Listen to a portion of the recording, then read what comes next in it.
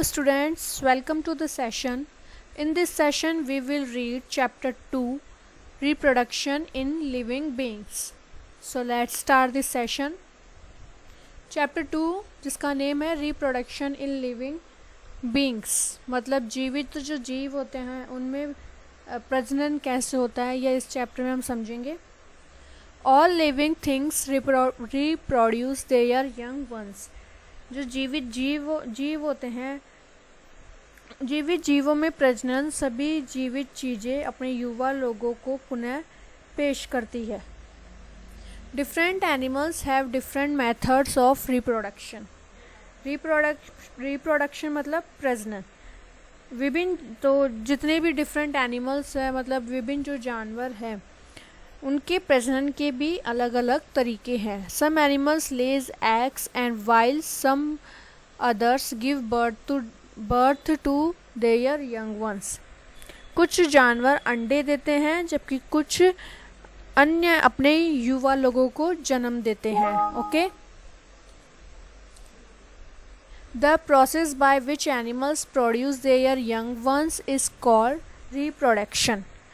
जो प्रोसेस है, जिस प्रक्रिया से जानवर अपने युवा पैदा करते हैं उसे प्रजनन कहा जाता है. ठीक है. जो एनिमल मतलब अपने बच्चों को जन्म देते हैं, जो प्रोसेस होता है उसी प्रोसेस को रिप्रोडक्शन कहते हैं. Human beings give birth to their young ones. जो मानव होते हैं, मनुष्य होते हैं, मनुष्य अपने बच्चों को जन्म देते हैं. A human baby grows inside its mother वॉर्म. वॉर्म मीन्स है यहाँ पे गर्भ. ठीक है. तो जो एक मनुष्य होता है वो एक जो मनुष्य का जो बच्चा होता है, मानव का जो बच्चा होता है वह अपनी माँ के गर्भ में पलता है. A tube joins the baby to its mother and it carries oxygen, food and liquid from the mother's body to the baby. जो एक ट्यूब जो होती है वह बच्चे को उसकी माँ से मिलाती है और यह माँ के शरीर से, जो माँ की बॉडी से बच्चे तक ऑक्सीजन, भोजन और जो लिक्विड चीज़ें, जो भी पानी वगैरह जूस वगैरह होता है वह पहुँचाती है, जो एक ट्यूब के थ्रू ही अंदर बच्चे तक जाता है. ओके. समझ में आया ना? Okay.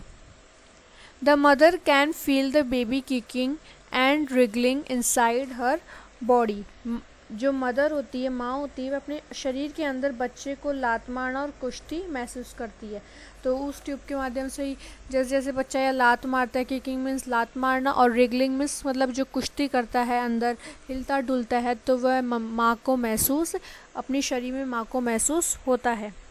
After growing there for about 9 months, the babies are big enough to be born. तो आफ्टर मतलब 9 महीनों के बाद माँ के गर्भ के अंदर रहने के बाद बच्चे पैदा होने के लिए काफ़ी बड़े हो जाते हैं. ओके.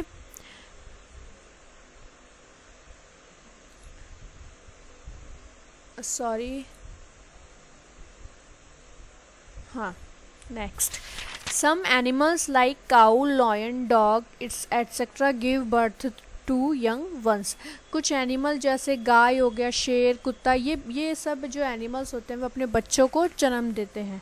ठीक है. वहीं कुछ एनिमल्स ऐसे होते हैं like birds, fish and turtles Lay's eggs. वहीं कुछ एनिमल ऐसे होते हैं जो अपने जो बच्चों को जन्म नहीं देते, वो एग देते हैं. ठीक है. अंडे देते हैं. There young once hatch out of the eggs. तो और फिर उन अंडों से ही उनके बच्चे बाहर, जो युवा जो बच्चे होते हैं वो बाहर निकलते हैं. तो ऐसे एनिमल्स में बर्ड्स मतलब पक्षी, मछली, कछुए, जो ऐसे एनिमल्स होते हैं वो अंडे देते हैं और फिर अंडों से ही बाहर बच्चे निकलते हैं. तो समझ में आया? तो कुछ एनिमल्स तो अपने बच्चों को जन्म देते हैं और कुछ एनिमल्स ऐसे होते हैं जो एग्स देते हैं और फिर एग्स में से बच्चे निकलते हैं. ओके. Next page.